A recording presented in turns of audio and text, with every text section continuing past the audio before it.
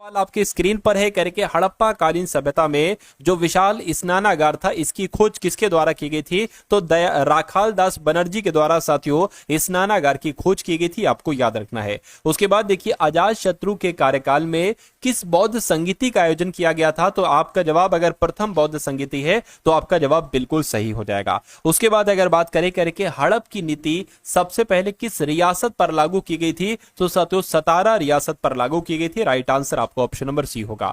उसके बाद देखिए कह रहे कि स्वतंत्रता संघर्ष के दौरान प्रसिद्ध समाचार पत्र, जिस समाचार पत्र का नाम है केसरी, इसके संस्थापक कौन थे? तो मैं कहूंगा साथियों लोकमान्य तिलक इसके संस्थापक थे। राइट आंसर आपका जाएगा ऑप्शन नंबर बी के साथ। अगला सवाल देखिए कह रहे कि कांग्रेस के नरम दल और गरम दल का समझौता किस सम्मेलन में हुआ था? ये बहुत इंपॉर्टेंट क्वेश्चन है साथियों, आप लोग याद रखेंगे। सवाल का जवाब क्या होगा? लखनऊ समझौता आप लोग याद रखेंगे। लखनऊ समझौता कब हुआ था? तो 1916 में लखनऊ समझौता हुआ था। इस समझौते में कांग्रेस का नरम दल और साथियों गरम दल का समझौता हो गया था। उसके बाद देखिए करके किस ब्रिटिश गवर्नर जनरल ने देश में से सती प्रथा का उन्मूलन किया था? साथियों मुझे बताइए, निर्मूल किया था या उन्मूलन किया था? साथियों बात यहां पर एक ही है। चलिए तो बता दीजिए साथियों आपका राइट आंसर क्या होगा।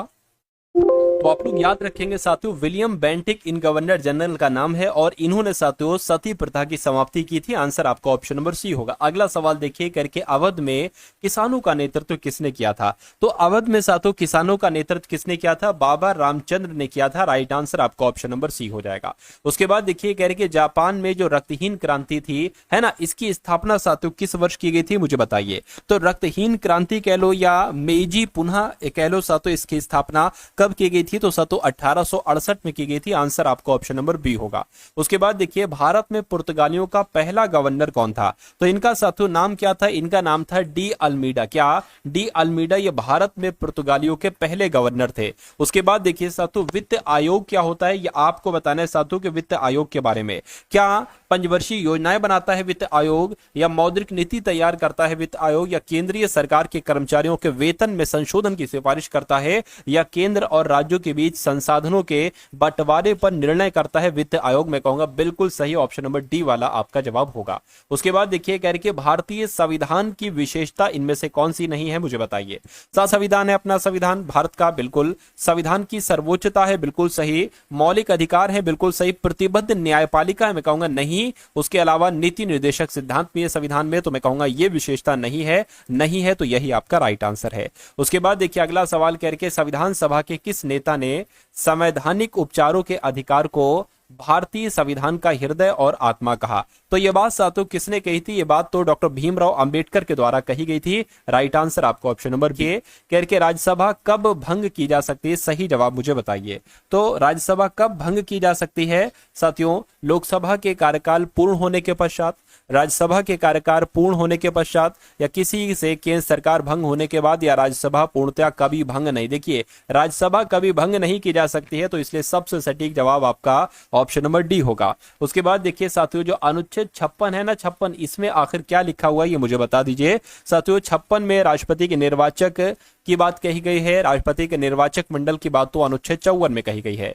राष्ट्रपति की विधायी शक्तियों के बारे में बताया गया है, या राष्ट्रपति के कार्यकाल प्रावधान के बारे में बताया गया है? बिल्कुल सही, अनुच्छेद 56 में राष्ट्रपति के कार्यकाल प्रावधान के बारे में बताया गया है। लोकतांत्रिक सरकार के 3 अंग कौन कौन से होते हैं साथियों मुझे बता दीजिए।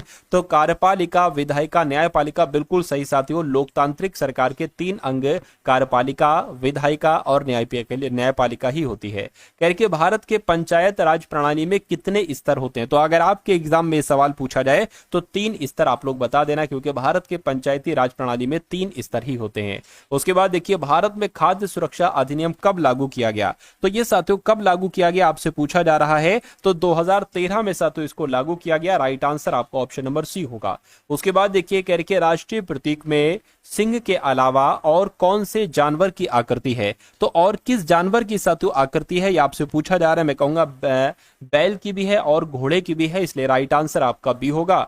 और उसके बाद देखिए दक्षिणी गोलार्ध में उत्तर अयनांत किस दिन होता है? तो साथियों यहां पर आपका जवाब जो होगा वो 22 दिसंबर हो जाएगा। आंसर आपका ऑप्शन नंबर ए होगा।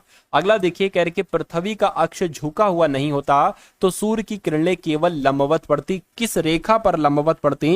ये आपसे पूछा जा रहा है। मैं कहूंगा भूमध्य रेखा पर लंबवत पड़ती। राइट आंसर आपका ऑप्शन नंबर डी हो जाएगा।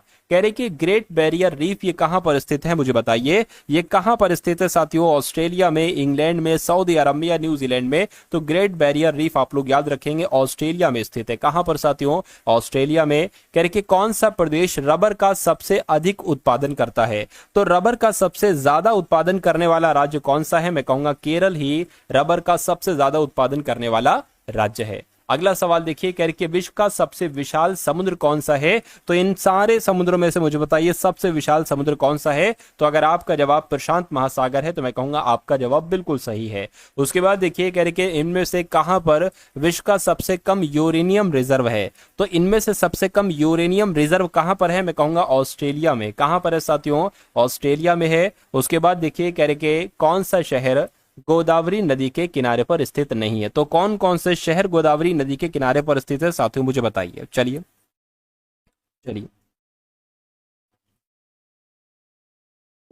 तो आप लोग याद रखेंगे नासिक गोदावरी नदी के किनारे पर स्थित है, नक्सारी नहीं है। उसके अलावा नांदेड़ भी है और निजामाबाद भी गोदावरी नदी के किनारे पर स्थित है। तो इस सवाल का जवाब आपका ऑप्शन नंबर बी होगा। कह रहे कि निम्नलिखित में से किस रेडियो धर्मी धातु का विश्व का सबसे बड़ा भंडार मौजूद है? साथियों मुझे बताइए कहां पर, यानी कि भारत में किस रेडियो धर्मी धातु का सबसे बड़ा भंडार मौजूद है? साथियों अपने भारत में किसकी बात चल रही है? थोरियम की बात चल रही है। थोरियम आपके सवाल का बिल्कुल सही जवाब है। कह रहे कि भारत का सबसे अधिक लीची का उत्पादक राज्य कौन सा है? तो भारत का सबसे अधिक लीची का उत्पादक राज्य बिहार राज्य है। राइट आंसर आपका ऑप्शन नंबर बी ए होगा। उसके बाद देखिए, कह रहे कि किसी नदी घाटी के चौड़ा होने का कारण क्या होता है, मुझे बताइए। तो किसी नदी घाटी के चौड़ा होने का कारण साथियों पार्श्विक अपवर्तन होता है। पार्श्विक अपवर्तन होता है। आंसर आपका ऑप्शन नंबर बी होगा। 2011 की जनगणना के अनुसार सबसे अधिक घनत्व किसका था? तो मैं कहूंगा किसका था साथियों? दिल्ली का था। इसलिए सही जवाब आपका ऑप्शन नंबर डी होगा। उसके बाद देखिए, जीएसटी का कानून लागू करने वाला पहला राज्य कौन सा है? तो यहां पर अगर बात करें साथियों, असम आपके सवाल का बिल्कुल सही जवाब हो जाएगा। जीएसटी का कानून लागू करने वाला पहला राज्य असम ही है। कह रहे कि किस राज्य सरकार ने एकीकृत स्वास्थ्य बीमा योजना शुरू की? तो साथियों कुछ क्वेश्चंस, तकरीबन 10 सवाल आप लोग देख लीजिए करंट अफेयर के। ये बहुत ही इंपॉर्टेंट साथियों 10 सवाल लेकर आया हूं। यहां से कुछ क्वेश्चंस आपको जरूर आपके एग्जाम में देखने को मिलेंगे। कह रहे कि किस राज्य की बात चल रही है जिसने स्वास्थ्य बीमा योजना शुरू की है? मैं कहूंगा एकीकृत स्वास्थ्य बीमा योजना तो ओडिशा राज्य ने शुरू की है। कह रहे कि भारत और किस देश के बीच कृषि के क्षेत्र में सहयोग पर समझौता ज्ञापन पर हस्ताक्षर हुए हैं? तो यहां पर अगर बात करें भारत और नेपाल, आपके सवाल का बिल्कुल सही जवाब हो जाएगा।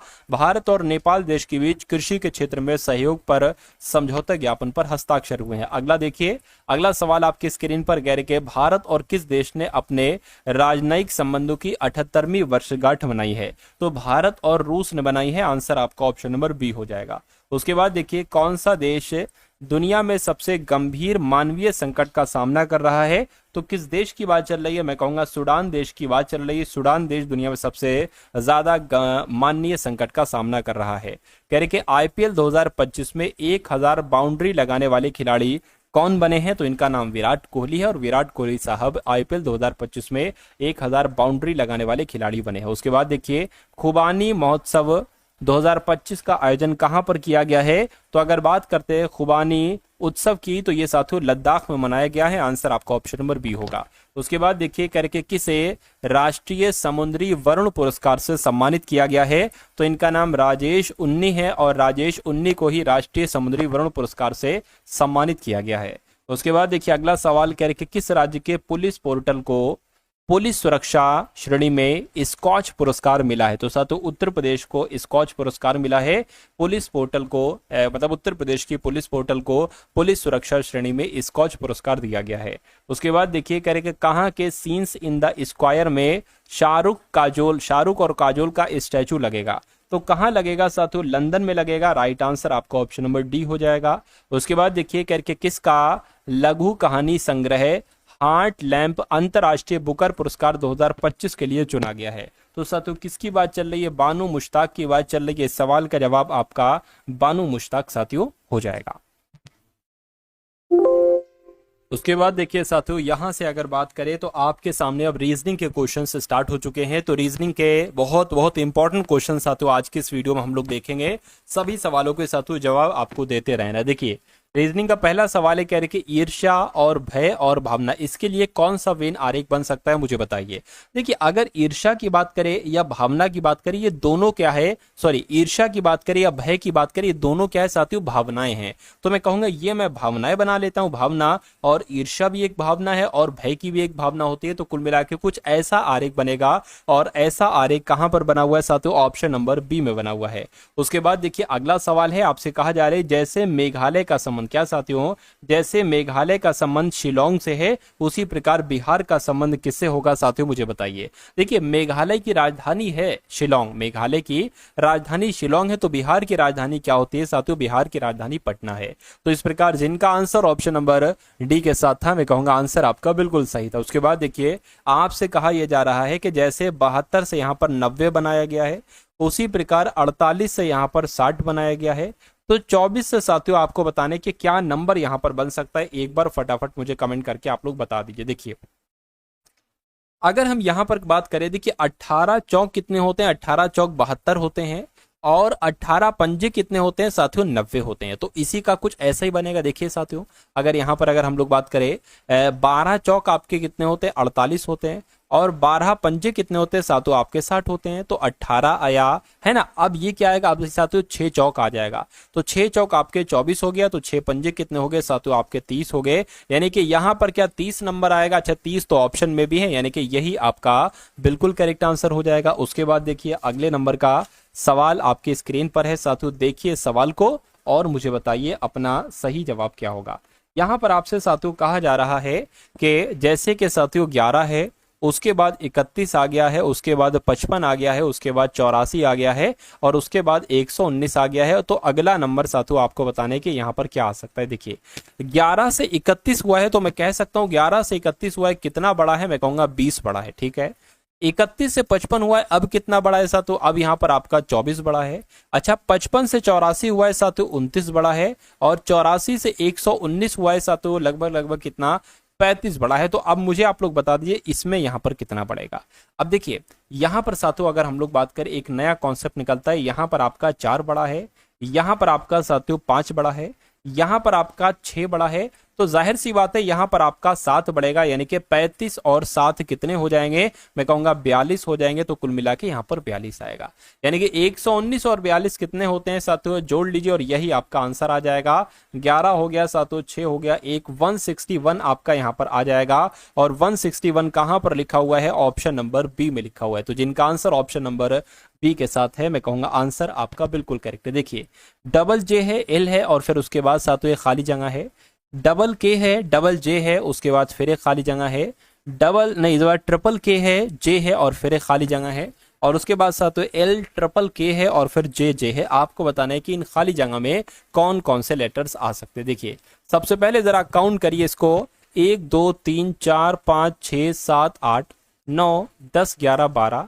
13 14 15 16 17 18 19 20, यानी कि मैं कह सकता हूं साथियों 20 का यहां पर बन रहा है ना।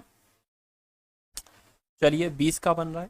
तो अगर 5 5 की अगर हम बात करें, 1 2 3 4 5 ये अलग हो गया, 1 2 3 4 5 ये अलग हो गया, 1 2 यहां पर तो हो ही नहीं पाएगा, क्योंकि यहां पर शुरू में के है, यहां पर जे है, तो ये तो लॉजिक नहीं लग पाएगा। अच्छा 6 6 करो जरा, देखो 1 2 3 4 5 6 ये अलग हो गया, 1 2 3 4 5 6 ये अलग हो गया, 1 2 3 4 5 6 ये अलग हो गया। अब देखिए शुरू में डबल जे आ रहा है, यहां पर भी डबल जे है, यहां पर भी डबल जे है, तो यहां पर भी डबल जे ही होना चाहिए, मैंने बना दिया। यहां पर भी डबल जे है, उसके बाद डबल जे एल ट्रिपल के, डबल जे, अब यहां पर साथियों एल आ जाएगा और ट्रिपल के आ गया, उसी प्रकार डबल जे एल, और यहां पर भी साथियों ट्रिपल के आ जाएगा। तो आपने क्या लिखा है, आपने के लिखा है, आपने एल लिखा है, आपने जे लिखा है।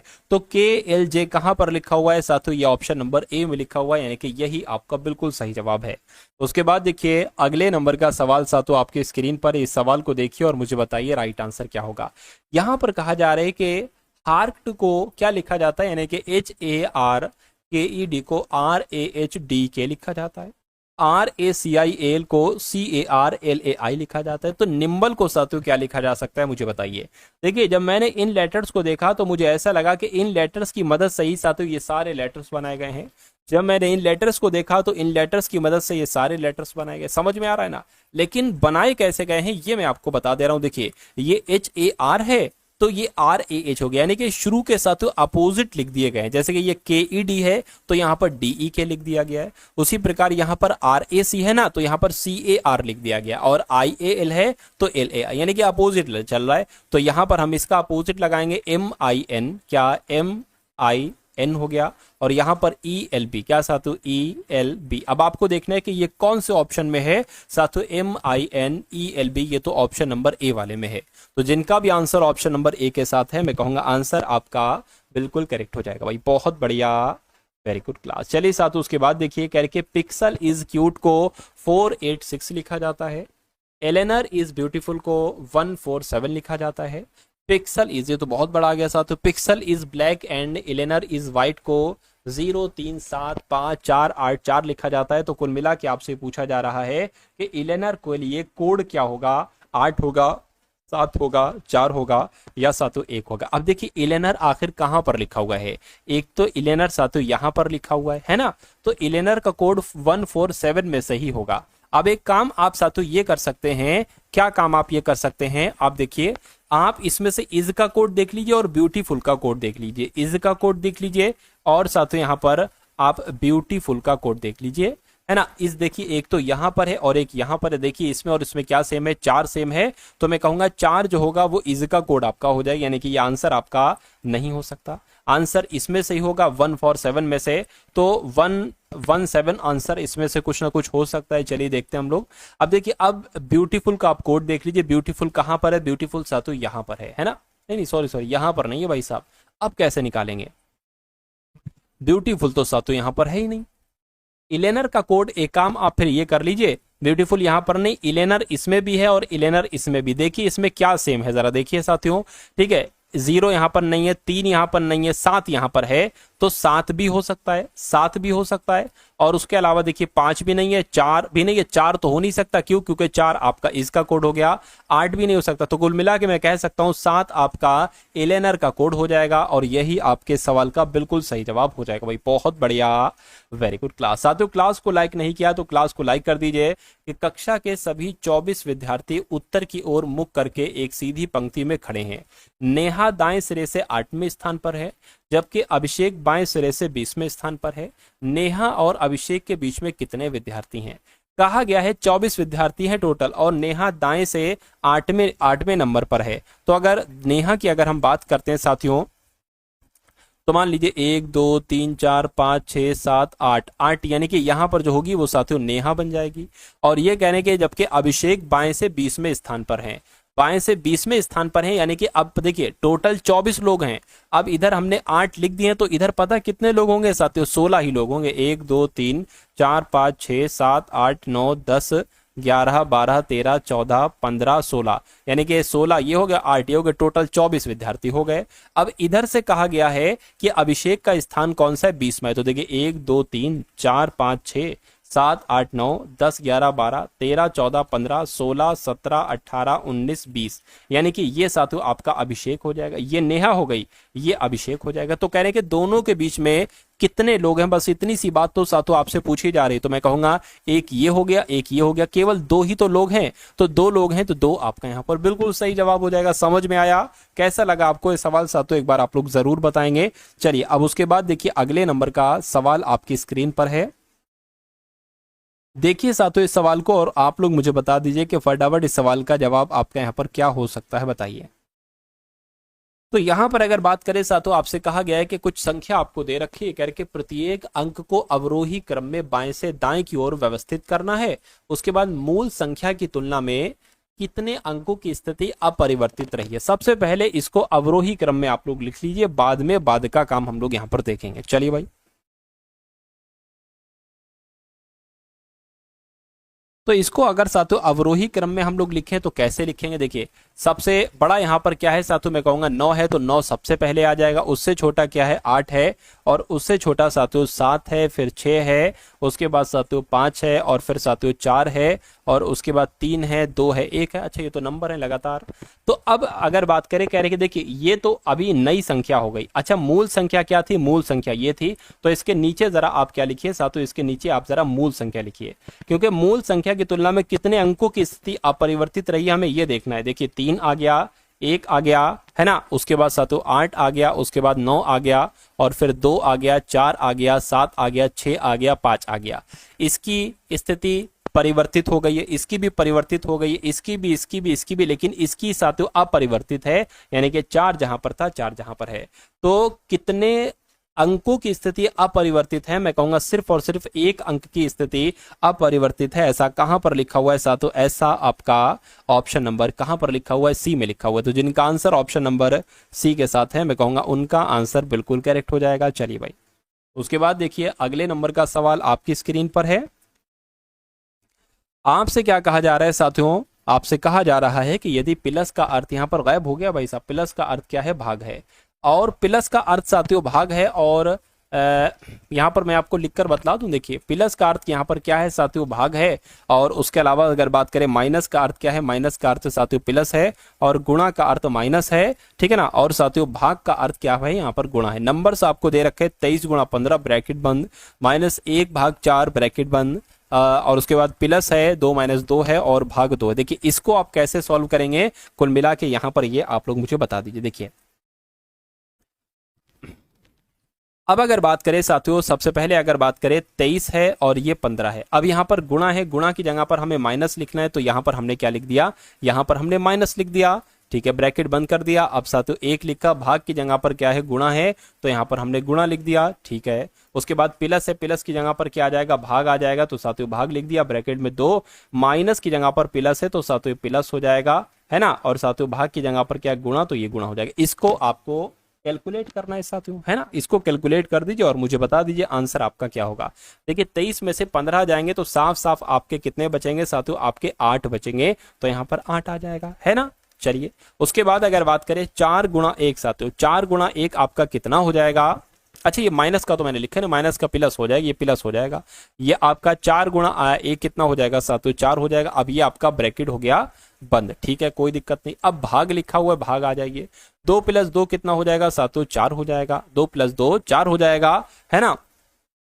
देखिए ये आपका 8 + 4 हो गया, भाग 4 हो गया। अब ब्रैकेट ये वाला बंद हो जाएगा और गुणा यहाँ पर 2 हो जाएगा। अब देखिए 4 और 8 कितना हो जाएगा, 12 हो जाएगा। मैं कहूंगा 12/4 यहाँ पर आ चुका है, और उसके बाद अगर बात करें गुणा 2 आ चुका है। उसके बाद क्या होगा, 4 से कटेगा 12, तो 4 × 3 = 12 हो जाएगा, 3 × 2 हो जाएगा, 3 × 2 कितना होता है, 6 होता है। तो 6 आपके इस सवाल का क्या होगा साथियों, बिल्कुल सही जवाब हो जाएगा। भाई बहुत बढ़िया, वेरी गुड। चलिए समझ में आया साथियों ये सवाल, अगर समझ में आया साथियों तो बहुत अच्छी बात है। अब नेक्स्ट नंबर का सवाल आप लोग यहाँ पर देख लीजिए, बताइए इसका जवाब आपका क्या होगा। कुछ आप भी साथियों एफर्ट डालिए, पेपर आपको निकालना है साथियों, आप मुझसे पहले आंसर लगाइए और मुझे साथियों बताइए कमेंट में आपका आंसर क्या हो सकता है। अभी तो कमेंट आपके पढ़ नहीं सकता, ऑफलाइन आपकी क्लास चल रही है ना। चले इस सवाल की खैर अगर बात करते हैं, ये कॉन्सेप्ट बहुत बढ़िया है और ये सवाल आपके एग्जाम में डिक्टो आपसे पूछा जा सकता है।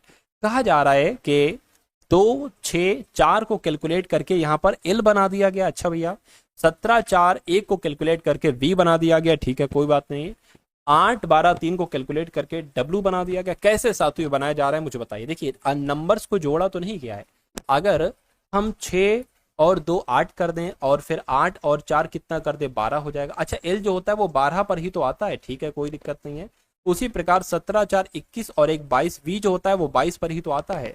और उसी प्रकार 12, 3, 15 और 3 डब्ल्यू जो होता है वो 23 पर ही तो आता है, यानी कि 7, 5, 12 और 1 13, 13 पर साथियों क्या आ जाएगा, एम आ जाएगा, यानी कि एम आपके सवाल का बिल्कुल सही और बिल्कुल सटीक जवाब हो जाएगा। भाई बहुत बढ़िया, वेरी गुड क्लास।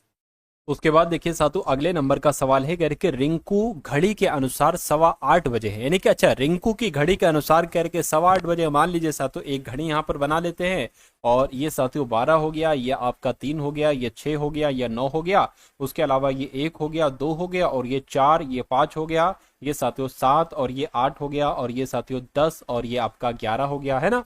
तो कहा जा रहा है साथियों 8:15 बजे। तो रिंकू की घड़ी के अनुसार साथियों 8:15 बजे है, तो ये घंटे वाली सुई हो जाएगी और ये साथियों मिनट वाली सुई हो जाएगी। कोई दिक्कत नहीं। कहा जा रहा है कि यदि मिनट की सुई पूर्व की दिशा में, बिल्कुल साथियों ये पूर्व की दिशा की ओर है और कह रहे कि पूर्व की दिशा की ओर इंगित करती है, तो तो घंटे की सुई साथियों किस तरफ की ओर इंगित करेगी। देखिए ये आपका होता है साथियों दक्षिण और ये होता है साथियों आपका पश्चिम। तो मैं कहूंगा ये इस तरफ है ना, तो ये दक्षिण पश्चिम की तरफ है साथियों घंटे वाली सुई। अब आप ढूंढ लीजिए कि दक्षिण पश्चिम कहां पर लिखा हुआ है। ऑप्शन नंबर ए में लिखा हुआ है, तो ऑप्शन नंबर ए आपका राइट आंसर है। अगला देखिए,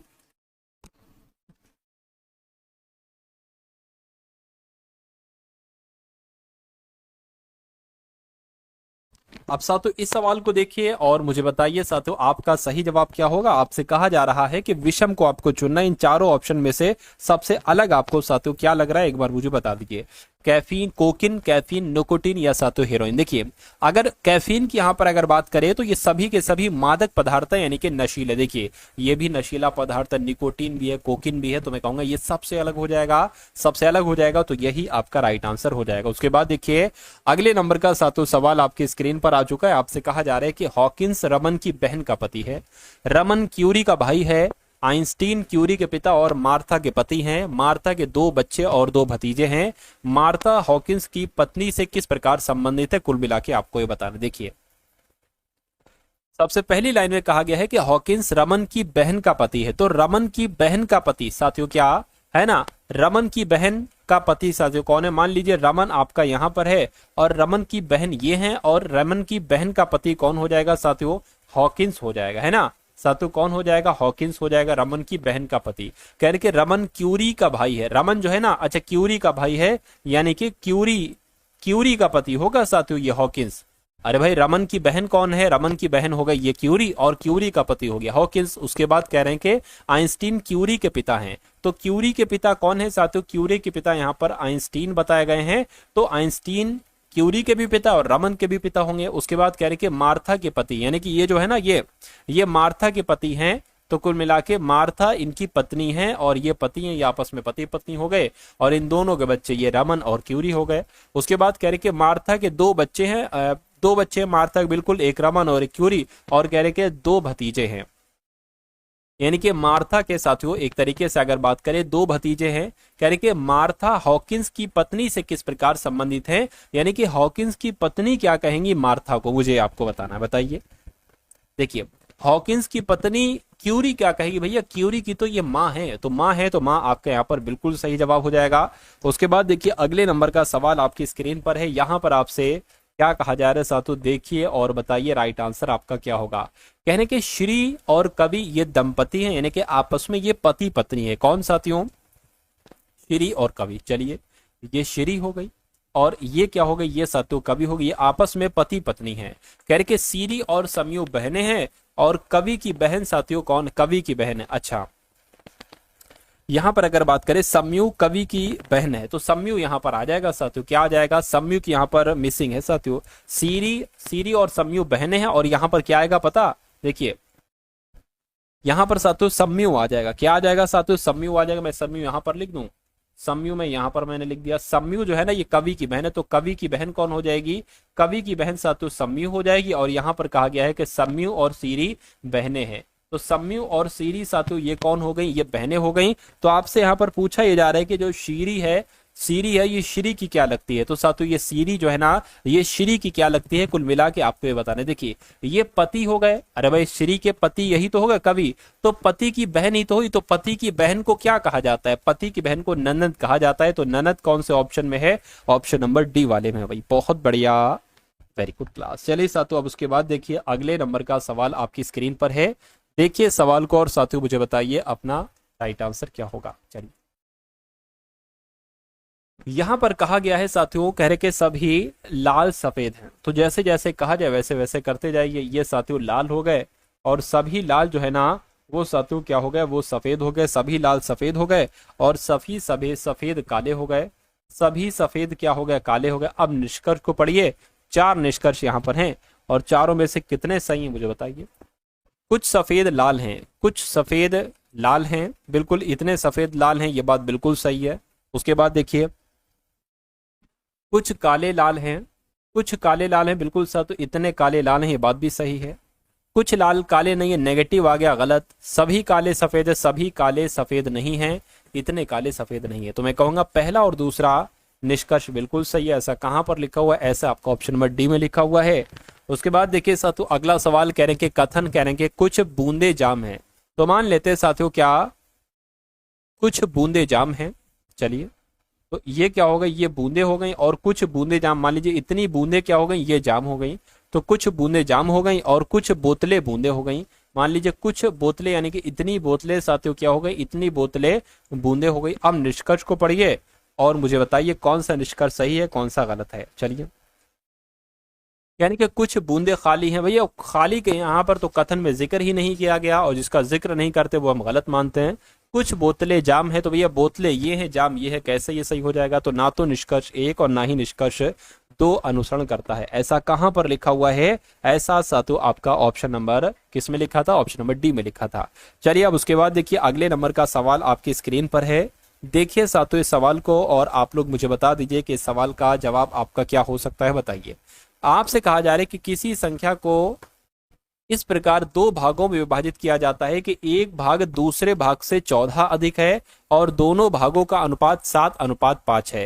यानी कि देखिए, अगर पहला भाग 7x हो जाएगा तो दूसरा भाग 5x हो जाएगा, और कहा जा रहा है कि एक भाग दूसरे भाग से 14 अधिक है, यानी कि अगर इनका डिफरेंस करोगे तो 14 आएगा। तो 7x - 5x कितना हो जाएगा? 2x बराबर 14 आ गया। x बराबर कितना आ गया साथियों? 7 आ गया। तो कह रहे कि वो संख्या ज्ञात कीजिए, है ना। तो कुल मिला के साथियों, अगर वो संख्या की यहां पर बात करते हैं तो वो संख्या, यानी कि किसी संख्या को दो भागों में बांटा जाता है। कौन कौन से भागों में? 7 और 5 में भागा जाता है, 7 और 5 में। तो अब इन दोनों संख्याओं को जोड़ लीजिए, कितना हो जाएगा? 12x हो जाएगा। तो वो संख्या 12x है। x बराबर 7 है, तो साथियों 12x कितना हो जाएगा? 12 सत्ते कितना हो जाएगा? 84 हो जाएगा। यानी कि आपके सवाल का जो राइट आंसर होगा वो ऑप्शन नंबर सी, यानी कि 84 हो जाएगा। भाई बहुत बढ़िया, वेरी गुड क्लास। चलिए, उसके बाद देखिए साथियों, अगले नंबर का सवाल है। आपसे कहा जा रहा है कि यहाँ पर 1 से 10 तक की संख्याओं के वर्गों का योगफल मुझे बताइए। देखिए, 1 से 10 तक की संख्याओं या कितने से लेकर कितनी भी संख्याओं के वर्गों के योगफल का साथियों एक सूत्र होता है। वो सूत्र मैं आपको बता दे रहा हूं। मान लीजिए प्रथम इन संख्याओं के वर्गों का योगफल आपको निकालना है ना। तो साथियों आप क्या सूत्र लगाओगे? n+1। क्या साथियों? n+1 और 2n+1 अपॉन में साथियों 6 कर दोगे। अब यहाँ पर n पता क्या साथियों? देखिए 1 से 10 तक लेकर कह रहे हैं ना, प्रथम 10 संख्याओं के वर्गों का योगफल, तो n बराबर क्या हो जाएगा? यहाँ पर 10 हो जाएगा। तो ये 10 आ जाएगा, ये 10 और 1 11 आ जाएगा, है ना। और यहाँ पर क्या साथियों? 10 दूना 20 और 1 21 आ जाएगा, और नीचे 6 आ जाएगा। इसको साथियों कैलकुलेट करें तो कैसे करेंगे साथियों? देखिए 3 से करें, 3 दूना 6, 3 सत्ते आपका 21 हो जाएगा। इधर क्या आ जाएगा? 77, यानी कि 770 और बटे 2 आ जाएगा। इसको अगर कट करोगे, 2 तियां 6 हो जाएगा, 2 अट्ठे 16, 2 पंजे 10, यानी कि 385 यहाँ पर आ जाएगा। और 385 कौन से ऑप्शन में? ऑप्शन नंबर सी वाले में। अगला सवाल देखिए, अगला सवाल देखिए, कहा जा रहा है कि एक बैग में 25 पैसे, 10 पैसे, क्या साथियों? 25 पैसे, 10 पैसे, 25 पैसे, 10 पैसे और 5 पैसे के सिक्कों का अनुपात जो है वो साथियों x है, 2x है और साथियों 3x के अनुपात में है। यानी कि यदि बैग में कुल मिलाकर 30 रुपए हैं तो 5 पैसे के सिक्के कितने हैं? भैया 5 पैसे के सिक्के का अनुपात 3x है, यानी कि 3x की वैल्यू आपको यहाँ पर कुल मिला के बताना है, ठीक है ना, याद रहेगा। चलिए, तो साथियों 25 पैसे को हम क्या लिख सकते हैं? 1/4 लिख सकते हैं। 10 पैसे को 1/10 और 5 पैसे को 1/20 लिख सकते हैं। कैसे लिख सकते हैं? अरे भाई 25 पैसे के सिक्के 1 रुपए में कितने होंगे? 4 ही तो होंगे, तो इसलिए 1/4 लिखेंगे। और इस 1 की जगह पर x आ जाएगा, यानी कि 1x/4 यहाँ पर आ जाएगा, प्लस कर दीजिए।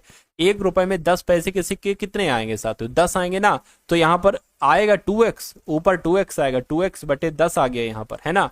उसके बाद साथियों 5 पैसे के सिक्के कितने? 5 पैसे कितनी बार होंगे 1 रुपए में? तो 20 बार होंगे, तो इसलिए 3x/20 यहाँ पर हो जाएगा। और जब इन धनराशि को जोड़ोगे तो 30 रुपए आएगा, ये आपका यहाँ पर 30 होगा। इसको आप कैलकुलेट करा लीजिए। देखिए 10 से x की गुणा कराओगे तो 10x आ जाएगा, प्लस आपका 4 की 2 से तो 8x हो जाएगा, नीचे आपका 40 हो जाएगा, इधर आपका 3x/20 हो गया, बराबर आपका 730 हो गया। अब एक काम आप करिए, 40 इधर है 20 इधर है, तो इसको 2 से गुणा करिए, ये भी 40 हो गया, इसको भी 2 से गुणा करना पड़ेगा। अब इधर भी 40 है, इधर भी 40 है, यानी कि एक 40 हमने लिख लिया। ये 18x और ये 6x यानी कि कितने हो गए साथियों, 24x हो गए। तो ये बराबर कितना आ जाएगा साथियों, 30 आ जाएगा। ये बात क्लियर है। अब देखिए, अब यहाँ पर अगर बात करते हैं साथियों, देखिए इसको अगर कट करे, है ना, इसको कट करे, 4 एकम 4 हो गया और 4 पंच 20, 4 छंग आपका 24 हो गया। x बराबर कितना आ जाएगा, ये 300 हो जाएगा बटे 6 हो जाएगा, 6 कम 6, 6 पंच 30, यानी कि x बराबर आ गया आपका 50 आ गया। तो 5 पैसे के सिक्के कितने हैं, 5 पैसे के सिक्के 3x हैं, तो जब x बराबर 50 है तो 3x बराबर कितना हो जाएगा, 150 हो जाएगा। 150 आपके सवाल का बिल्कुल सही और बिल्कुल सटीक जवाब हो जाएगा भाई, बहुत बढ़िया, वेरी गुड क्लास। चलिए, तो कैसा लगा साथियों ये सवाल आपको, है ना, बढ़िया लगा, पसंद आया। चलिए, उसके बाद देखिए अगला सवाल साथियों आपकी स्क्रीन पर, देखिए सवाल को और मुझे बताइए आंसर क्या होगा। ए किसी कार्य को 20 दिन में कर सकता है, बी उसे, अच्छा बी जो है ना ये ए की तुलना में 75% अधिक कुशल है। अगर यहाँ पर हम कुशलता की अगर बात करें साथियों, कुशलता की, यानी कि बी जो है ना ए की तुलना में 75% अधिक कुशल है ए की तुलना में। अगर मान लीजिए इसकी कुशलता 100 है तो बी 75% अधिक कार्य कुशल है, तो मैं कहूंगा ये 175 हो जाएगा, है ना। इसको अगर कट करोगे तो 25 चौक और साथियों 25 सत्ते आ जाएगा, ये क्षमता आ गई, कार्य कुशलता आ गई। तो अगर साथियों हम देखेंगे समय, समय इसका उल्टा होता है, यानी कि अगर एक समय में, एक घंटे में मान लीजिए, या एक दिन में 4 काम कर रहा होगा ए, तो बी कर देगा एक ही घंटे में 7 काम। अब साथियों इसका समय की अगर बात करें, यानी कि 7:4 उल्टा हो जाएगा, यानी कि ए अगर कोई काम 7 दिन में करेगा तो बी वही काम 4 दिन में निपटा देगा।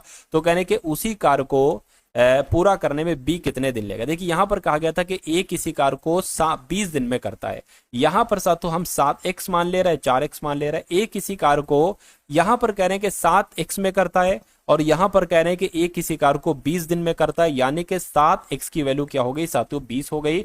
तो कहा जा रहा है कि बी उस काम को कितने दिन में करेगा, भैया बी उस काम को 4x दिन में करेगा। तो 7x बराबर 20 है, तो 4x की वैल्यू निकाल दीजिए। x बराबर क्या आ जाएगा, 20/7 आ गया। तो 4x की वैल्यू निकालना है साथियों, तो 4 से इसकी गुणा कर दीजिए, तो ये कितना हो गया, 80/7 हो गया। इसको कैलकुलेट कराओगे तो क्या आ जाएगा, 7 एकम 7, एक जाएगा 10 हो गया, फिर 7 एकम 7 और कितना 3 जाएगा, यानी कि 11 सही 3/7 दिन में साथियों वो काम कर पाएगा। बी को कितने दिन लगेंगे, 11 सही 3/7 दिन का समय लगेगा। उसके बाद देखिए अगला सवाल है, करके कितने प्रतिशत ब्याज की दर पर कोई धनराशि 30 वर्षों में स्वयं की दोगुनी हो जाती है। यानी कि साथियों आपसे दर पूछी जा रही है, आपको समय कितना दे रखा है, आपको समय 30 वर्ष का आपको समय दे रखा है, और कह रहे कि कोई धनराशि स्वयं की, यानी कि अभी मान लीजिए मूलधन वो x है तो वो इसका डबल हो जाएगा साथियों 2x हो जाएगा, और साधारण ब्याज कितना हो जाएगा, इनका डिफरेंस आ जाएगा x आ जाएगा।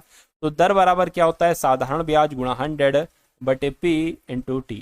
साधारण ब्याज कितना निकाला, x निकाला। देखिए इन दोनों का डिफरेंस होता है साथियों, साधारण ब्याज x गुणा 100 हो जाएगा, और साथियों p कितना है, p आपका x है, और t कितना है, t आपका 30 वर्ष है। इससे ये कैंसिल हो जाएगा, r बराबर कितना निकल आएगा, इससे ये कैंसिल हो जाएगा। तो कुल मिला के अगर यहां पर हम लोग बात करते हैं, यहां पर अगर बात करें साथियों 10/3 आ चुका है। अब इसको अगर और कैलकुलेट करें ना साथियों हम लोग, तो ये 3 3 3 9 और 1 आ जाएगा, यानी कि 3 सही 1/3 आपका आंसर हो जाएगा। ऐसा कहां पर लिखा हुआ, ऐसा आपका ऑप्शन नंबर ए में लिखा हुआ है ना। तो जिनका भी आंसर साथियों यहां पर है ऑप्शन नंबर ए के साथ, तो मैं कहूंगा आंसर आपका बिल्कुल करेक्ट हो जाएगा भाई, बहुत बढ़िया, वेरी गुड क्लास। चलिए,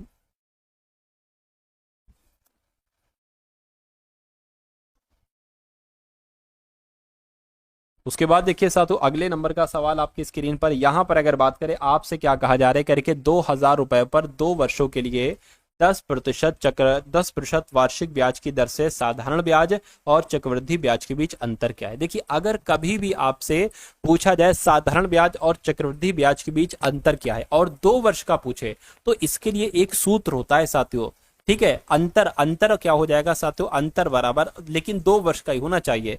2 वर्ष का चक्रवृद्धि ब्याज और साधारण ब्याज का अंतर बराबर क्या हो जाएगा, मूलधन और साथियों ब्रैकेट में r/100 का होल ऑफ स्क्वायर हो जाएगा। तो मूलधन कितना है, 2000 रुपए है ना, और दर की अगर बात करें 10% है, तो यहाँ पर साथियों 10 × 10 हो जाएगा, और नीचे आपका क्या हो जाएगा साथियों 100 × 100 हो जाएगा, है ना।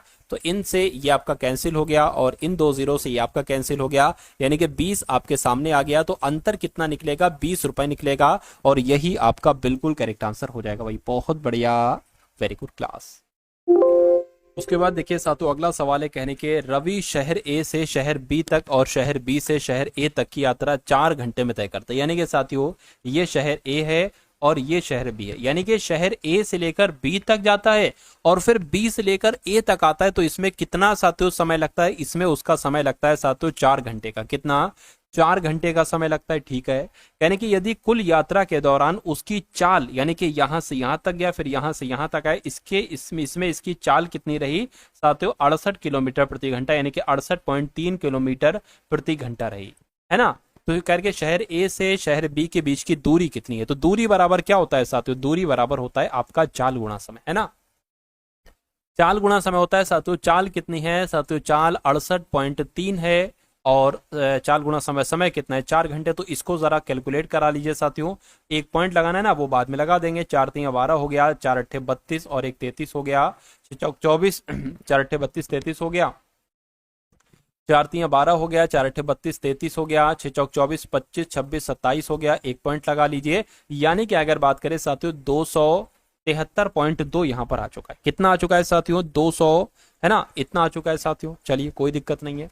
अब अगर बात करें यानी कि दूरी कितनी निकली साथियों, दूरी की अगर बात करते हैं 273 किलोमीटर की दूरी निकली। लेकिन ये दूरी जो निकली है ना, ये यहां से लेकर यहां तक की और फिर यहां से लेकर यहां तक की निकली है, ये बात ध्यान रखिएगा।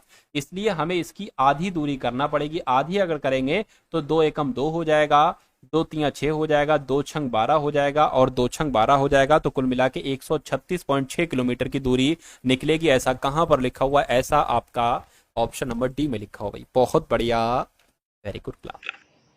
दोस्तों ये वीडियो आप लोगों को कैसी लगी कमेंट बॉक्स में ज़रूर बताएं और वीडियो को अपने दोस्तों तक शेयर करना ना भूलें।